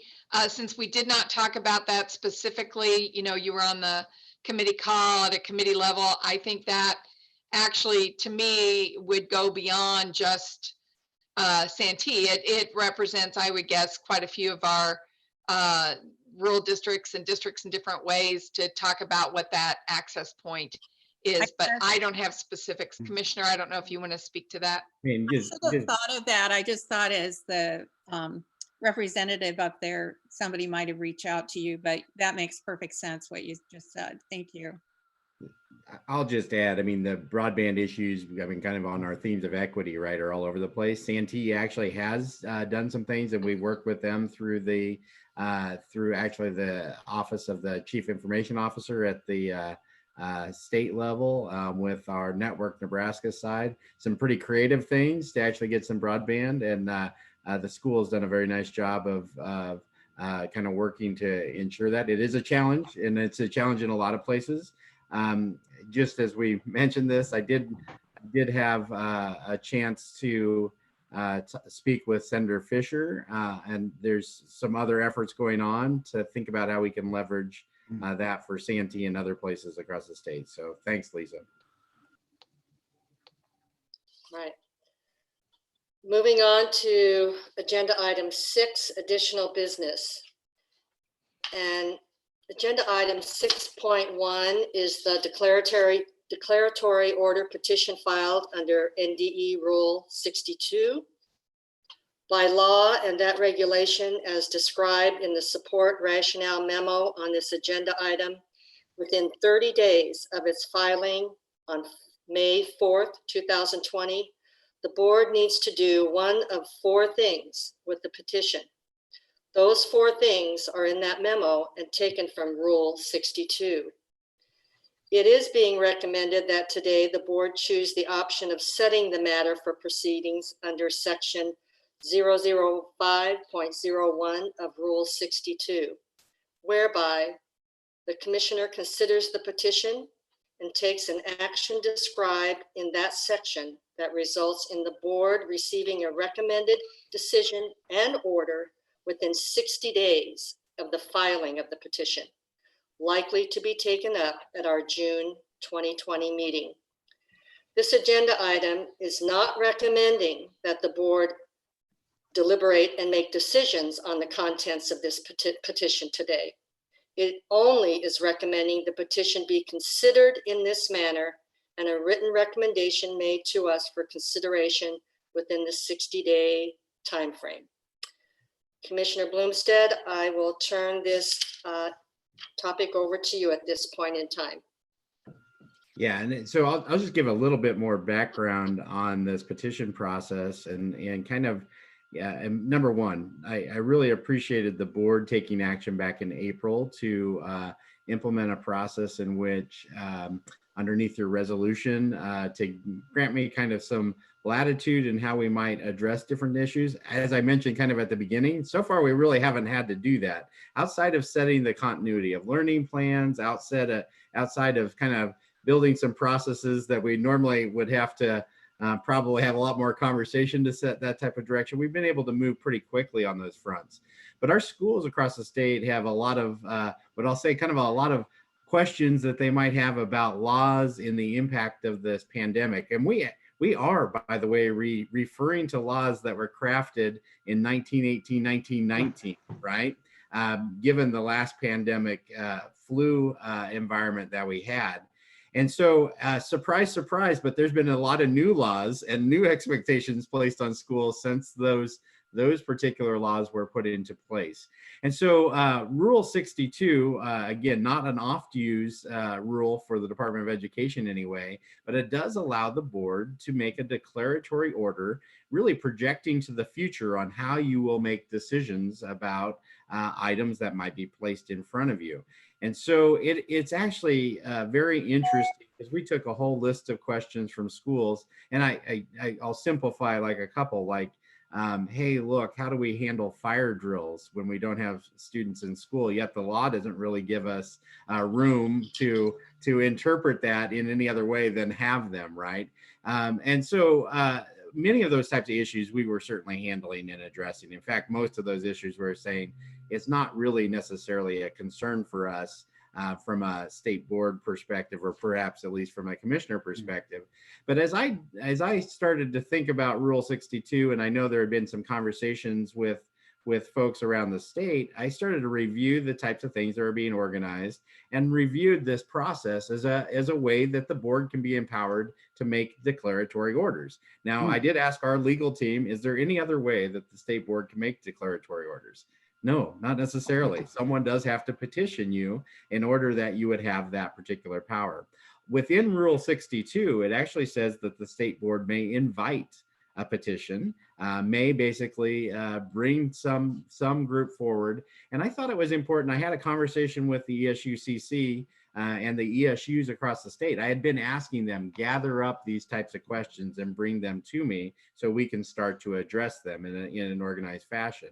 And again, I didn't know about Rule 62. I don't want to look also brilliant from the past, but the reality is it's a process that actually kind of addresses the issue that we may have. How do we take on some of those questions in a process that really works? And so really all I'm asking you to do today is essentially receive the petition, be able to take action so I can, and underneath, and I'm not going to be able to cite the exact part of Rule 62. What I will then do is assign staff to start to respond officially to that. Now, we've responded to the vast majority of topics that are in that list already, but it actually allows the board to officially take action to say that the processes that we're using are where you want to use. I think more importantly, it's going to allow us a process to project into the summer and the fall. It's going to be very difficult for schools. We're answering a lot of questions about what happened this year. There are all the more questions to answer for next year because we don't know about a lot of the conditions that we may face. And so what I'm looking to do and asking you to do is accept this petition, direct me in that way to begin to respond. But for us, not only to reflect on where we are in the 1920 school year, but to begin to put a process in place that we can manage the challenges that we may very well face in the next year. And so when Rachel said something about Rule 10, it's an interesting process, and all of our different rules. It's actually an interesting process because we're having to vary from what maybe existed in Rule 10. And to our themes, why wouldn't we do some of that better, right? Why wouldn't we figure out some different ways to do that all the better? And I do believe that we can begin to address those things in a lot of different ways to ensure that we can move forward as a state, address the challenges that we have. I really do actually very much appreciate the ESUCC for submitting this. I would not be all that pleased with a whole bunch of such petitions coming to us, but this is a very organized fashion in which we can take a lot of the states or a lot of the concerns that have surfaced all over the state, package them into probably a neater approach to that, and not answer question by question. I will tell you, I've told very many people, they call me up and ask me, well, how would you handle this, Commissioner, or how would you handle that? And I see that even happening, quite frankly, even with the governor, having to answer question by question by question. And I think one thing I've learned is it's probably not best to make policy on one person's question, right? It's better to think about it collectively, organize an approach say this is how we're going to handle it. And I think this really gives us a chance to be able to do that and do that effectively. So my ask for you is that you would take this up today and proceed as the motion was crafted. But I do very much just appreciate being able to explain a little bit of that background. Thank you, Commissioner. Is there a motion on item 6.2? I make the motion for 6.2. I'll second. Patsy, you had your hand up. Did you have something Yes. you'd like to say? Well, I would like to state the motion as written so that the whole board can hear it. Thank you, Patsy. Okay. I move to set the matter of the petition for declaratory order in the matter of the COVID-19 pandemic filed on May 4th, 2020 for proceedings under NDE Rule 62, Section 005.01. Is there a second? I'll second. Is that you, Lisa, or Deb? Yes. Excuse me? It was Lisa. Lisa, I believe. Thank you. The motion was made by Patsy and seconded by Lisa. Is there any discussion on the motion? Rachel? Thank you, Madam President. I do have a couple of just questions about this that's tied to the motion around this process. And in the petition, it does talk about, and Commissioner, you just kind of mentioned this, it talks about, you know, addressing these rules for the immediate, the 2019 and 2020. And then the petition says possibly the 2021. I think as information comes back to the board in this process, I would prefer a plan that does specifically look at some of the 2021 issues so we can be proactive and not reactive in this process. So if we can try to anticipate the items that are in the petition that should be carried over and that we should be given consideration to the 2021 year, it would be, I think, advantageous for us to do that in this one process. So though the petition says to possibly look at that, I think if you could come back with what some of those recommendations would be, as you alluded to, that would probably be beneficial for our schools and for the board. Then the other question I have is really around if there are items that surface that were not covered in the petition, because I do think it's important that we have a responsibility, regardless of whether it comes through this petition or another process, we have a responsibility to provide this kind of leadership and relief, so to speak, for our schools.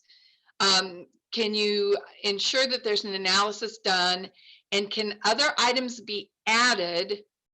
Or one of the things I know that some states have done is they have had their governor use their executive powers to give the authority to the state board to make any changes, waivers to statutory or to rules that have been put in place. Is there another step we need to consider if we need to broaden the list of items that need to be addressed through some sort of a relief or a waiver or whatever it may be process? Yeah, what I will highlight on this is not the only thing we will do either, right? So this is one way that we have powers to do that. in fact, the governor called me just a little while ago and I rejected his call because I was in a more important meeting at the moment. But the reality is we've had a great working relationship with the governor's office, and what they've asked us, and we have had an executive order already, if you've noticed, we took it on relative to the accountability and assessment system because we got a waiver from the federal side and we followed up with them. I actually believe that it's helpful for us to review this process and those things that we don't believe that we have power. We can't take powers that we don't have, by the way. But underneath this process, we'd be able to identify that And actually, where we believe we can organize a request from the governor underneath an executive order, they would certainly work with us. The other part of this is some of the approaches to putting things in front of the governor right now, as he's pretty well encumbered by that. He's really asked me, he said, bring me only things that you don't actually have the power to do, right? So it's a very good open working relationship on those fronts. And so it's allowed us to kind of be able to move forward. I would also say, I don't necessarily believe that everything that's in this petition, we would have to have a declaratory order on, that our processes are actually working. For instance, the guidance that we put out around Rule 10.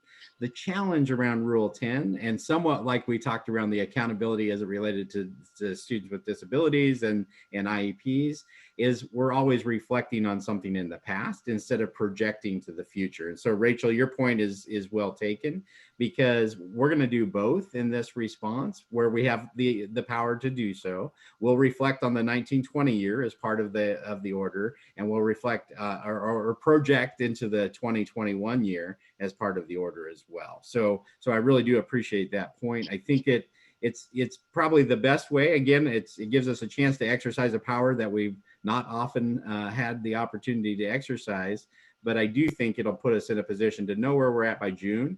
If I felt like there are areas that we couldn't cover in the petition process, I'll also bring those to you in June. I think the board by resolution could do some of this. And then if someone said, hey, look, you don't really have the power to do it, then we take those next steps with the governor, or next steps as we think would be appropriate. I will also say the legislature may come back into session in June.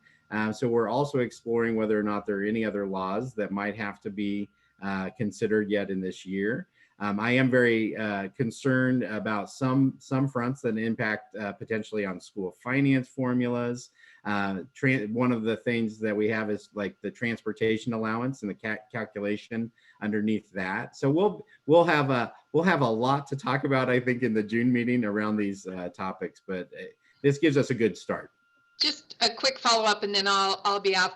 If there are things that we may be aware of after we've read this that are not necessarily addressed that we think we should be considering, do you just want us to send you like an email with here's a particular rule, here's a question about a rule, does this fit in? Would that be beneficial to you, sooner rather than later as you're doing this work and starting to pull some things together? Yeah, I think it really would. And what I'd recommend is just sending those to Scott Summers. Okay. I'm an unreliable email provider sometimes. So I will, if you send them directly to Scott, I think that would work. And certainly copy Ryan. Yeah. So, okay. Thank you. You bet. Any further discussion? Lisa? I just had a quick question. Commissioner, I appreciated what you said about explaining that more. So is there a legal way, because the declaration right now just lists 10 rules, and Rachel's suggestion to send more ideas to Scott, that's all good. But is there some legalese that would say that this document could go beyond what's listed in case of an emergency? I don't believe that, and I would have to let Scott answer that question. I don't believe we can take this particular petition and answer broader than it would allow us, but there are other ways to address that. And I think we can exercise both of those things, right? So if it doesn't bring up a given rule and we wanted to be able to address it, there might be another way that we could do that. And I think that's kind of the point that Rachel also was making. So if you do see something, I think it makes perfect sense that you would, or hear about it, right? I mean, a lot of this is actually kind of a list of things that school attorneys and the ESUs have been hearing, and it works well to compile it together. And I'm as interested in learning about the Rule 62 process, because we could have something that we need to do in the fall that we're not able to predict, right? Or we could have something later. And so for me, it's given us a chance to kind of exercise this process a little bit, learn about it, and see if it becomes useful for us on other fronts as we go forward.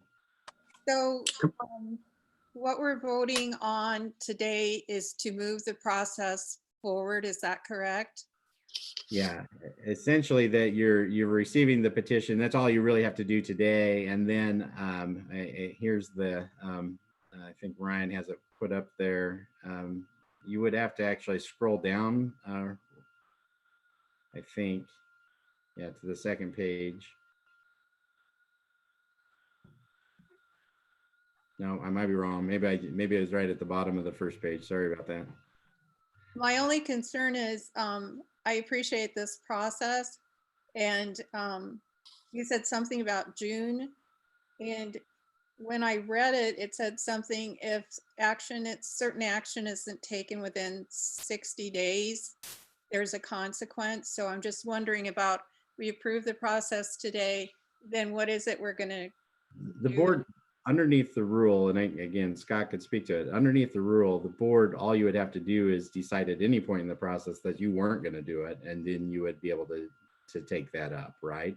But what I'm asking you today is actually that 0.005.02C is set the matter for specific proceedings as set forth in subsection 5.01 of the chapter.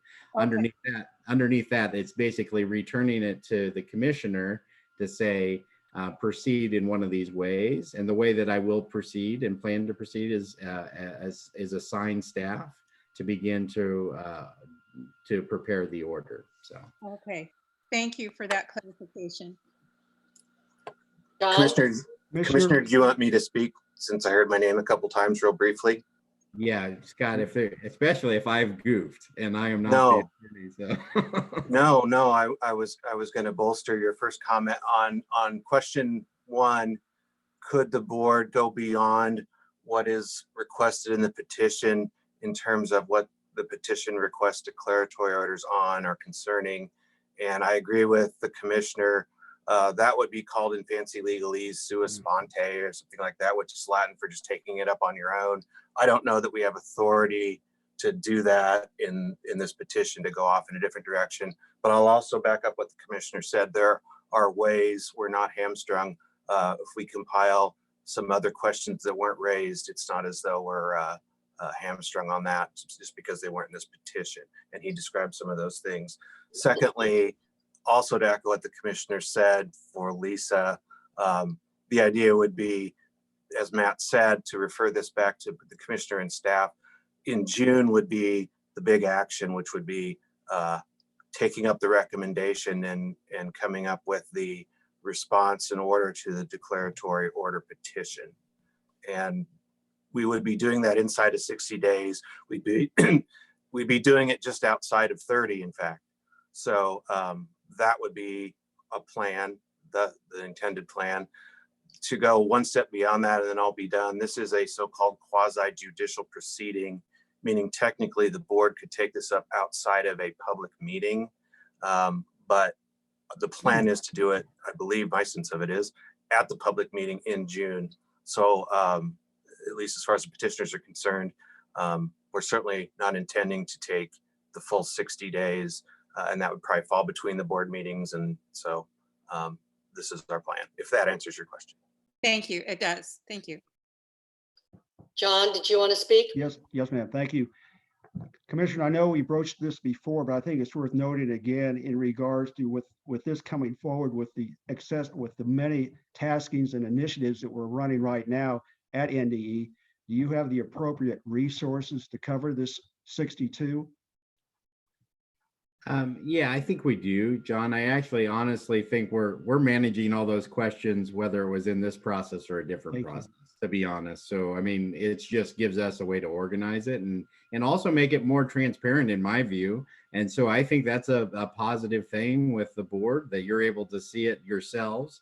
The public's able to see it. I think that's also helpful. Okay, thank you, sir. Robin?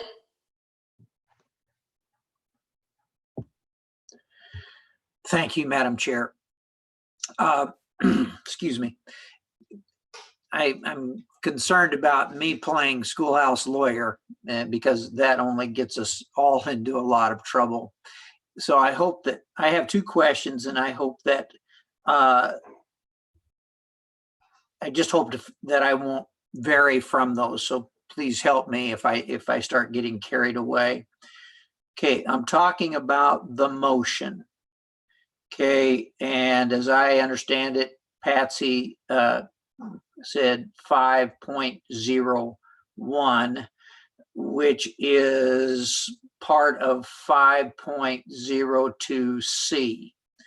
Okay, is 5.01, is that the area where it says that we have the 4 options? Okay, so what we're saying is the 4 options, are we allowing you to choose one of those 4 options? Or is this motion, does this motion say that we are choosing the one that I've heard is C? Is that 5.01C? And Or are we giving you the latitude to choose the one of the 4 options that you have? And Scott, if I don't, Commissioner, obviously, if you know the answer, that's great. If not, I don't mind if we go to Scott again. I'll try to answer it, and then Scott will correct me. So, in fact, I would encourage him to come on. What it really does is it says underneath the rule. I don't think the board only has the 4 options under 5.02, and you're choosing one of those options, which is spelled out within the motion. And so that was one of them. It gives it to me to determine the next steps. What I'm telling you is what the next step is that I will use.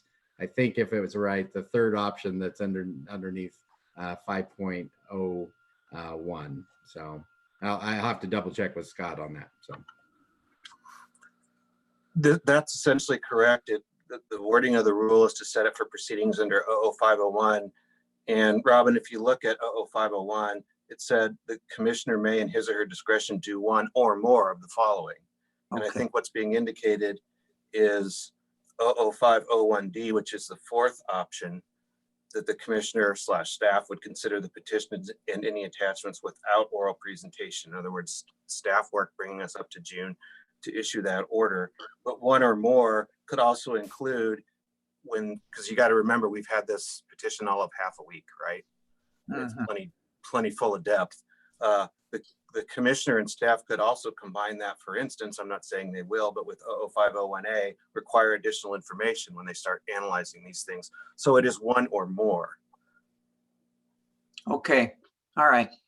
And then my second question deals with the petition itself. Is this an appropriate time to ask that question? about the content of the petition, is that what you're? Yeah, or just clarify. I've read it 3 times, and I'm wanting to make sure that I'm understanding what the petition is actually asking, asking through the declaratory order. I don't necessarily think getting into a dialogue on that will help us, because that's actually what I need to do from the staff side of that, is to kind of go through those types of things. If later you had questions about it and said, what's this maybe mean? I would certainly welcome an email from you or Scott. Yeah, well, and I sent an email and so I don't know, maybe my email wasn't very clear. I don't understand in the petition and I think you used the term laundry list, and then I think Lisa made mention of 10 rules that were referenced and numerous statutes, Nebraska revised statutes in 79, multiple areas there. And then later on, it is more succinct in that it mentions 7 specific areas.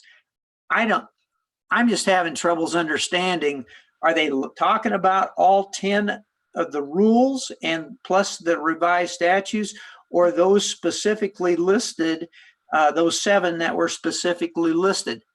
That's my question. I don't necessarily need to have a long dialogue, but that's what I was trying to get out in the email that I sent. But that was one of numerous things that I was trying to figure out. So, yeah, and I don't expect a conversation about that. I'm just wanting to know, what is the petition really saying?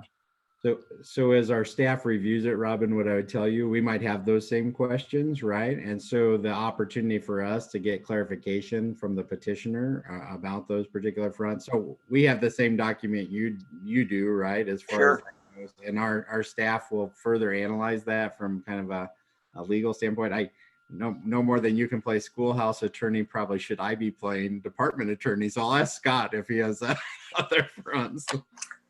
Sure, Robin, and yeah, I did respond to your email, but I think now I see maybe a little more clarity on what you're asking. My take on it is this: I would say that the focus, especially as far as today's concerned, on what will be addressed in the order is the so-called request for relief at the end of the petition. That's what the petitioner has requested the board address. One of the requirements in law and also in Rule 62, which parrots this law and in the Administrative Procedures Act, and this is why Bobby Truey and the ESU-CC put this in, the contents of the petition have to provide the statute, rule, or regulations upon which the petitioner seeks. So it gets very long, and of course, KSB is very thorough, and they went through and ran out of letters of the alphabet enlisting all the statutes and rules that play into their question. So if I understand the gist of it, I wouldn't get caught up in saying that the board and the staff will be addressing each of those A, B, C, double N, where he goes all the way through. All that's just kind of a laundry list to direct our attention to where we go to analyze the big questions at the back. Okay. Does that make sense? That's my take on it. If Mr. Tree were here, he might have a lot more to say. That's my take on it for you guys. Absolutely. That helps me a lot. Thank you. Thank you, Chair. Anyone else? Okay, seeing none, the motion on the floor is to set the matter of the petition for declaratory order in the matter of the COVID-19 pandemic filed on May 4, 2020 for proceedings under NDE Rule 62, Section 005.01. Andrea, please call the roll. Stevens, Yes. Wise, Yes. Witzel, Yes. Kojons, Yes. Neary, Yes. Fricky, Yes. Nichols, Yes. Tim. Yes. 8 yes. Motion passes. Agenda item 7, special presentations and discussions. Commissioner, I believe we've already addressed that. Yes, we did. So I think we moved Megan's up. Yep. Okay, thank you. Agenda item 8, information items and reports. 8.1, thank you for submitting your monthly reports. Board member reports are linked in Spark, and I encourage you to review each member's report. 8.2 through 8.7, the next items are information items and written reports for the board and for our information only. Please note that there was a submitted public comment under item 8.6. As we wind down our meeting, is there anyone who wishes to speak on the good of the order? Seeing none. Thank you, Mo. Thank you. Thank you, Mo. There's Thank a you. couple. Welcome, John. In Thank you. regards to, Thanks, Maureen. Thank in you. regards to the public comments submitted, a point of clarification, I just would like to say if Anderson is watching our telecast today, which I hope she is, that just want to thank her for reaching out to the commissioner and myself in regards to her concern. It was a good concern. It was a basic concern. I spoke with her the other day. She was very, very happy with the commissioner's reply and the attention that she's getting in regards to her request. And hopefully we'll be able to hear from her next week to testify. So thank you. Thank you, Amber. Thank you, John. Pat?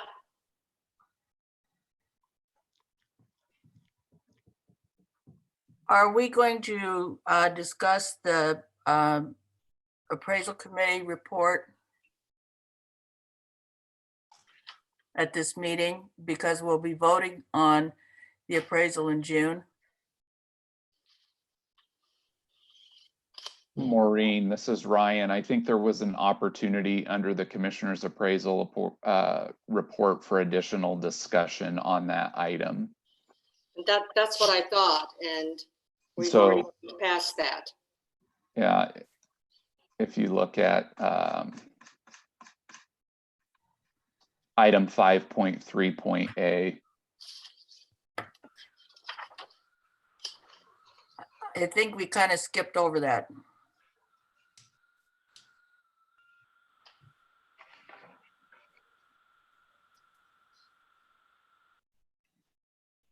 Okay. Scott, I'm going to call on you. Do we want to go back to 5.3.A right now? Is that appropriate? It can, there needs to be a motion, I believe. And I'll ask Ryan to chime in too with his. There's no motion sought. It was for further discussion on the item. Sorry, Commissioner. No, I was just going to point out, I think if you want to discuss it more, the only thing worse than a public flogging is being all nice to me. So I thank you for your appraisal of me. And then if you all need to talk more, that's I think what Pat is asking. So. Is there a motion to further discuss on the commissioner's appraisal? I don't think that you need a motion to have further discussion on it. It was on the agenda and it didn't get taken up. Okay. So. Okay. I'm sorry, I thought we were revisiting something that was done. So correct. And it's not an action item if it's discussion on a motion. So correct. So my understanding is that we can have further discussion or we need to just move on. You can have further discussion on this item if you choose to. Is there further discussion on 5.3.A, the commissioner's appraisal?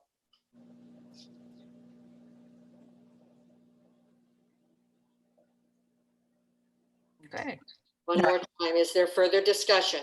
I'm Robin here, Madam Robin? Chair. I'm just going to ask Pat, do you have some expectation as you bring us back to that? Are you thinking that there needs to be further discussion?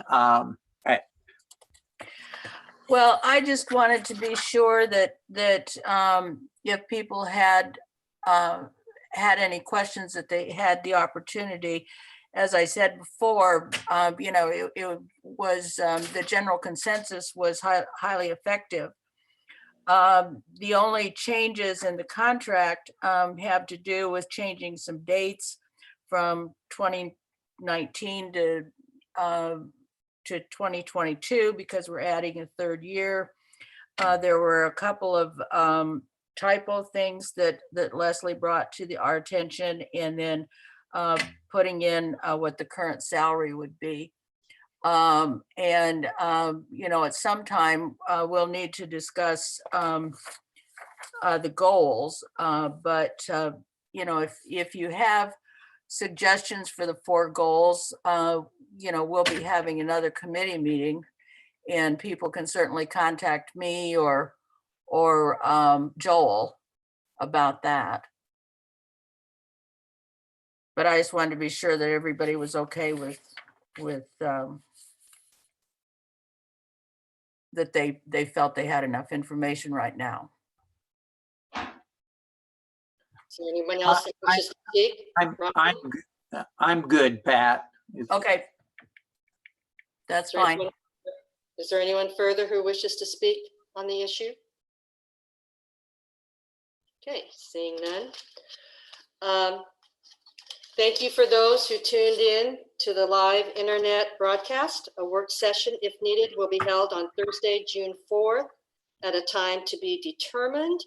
A business meeting will be held on Friday, June 5th at 9:00 a.m. The May State Board of Education meeting is now adjourned.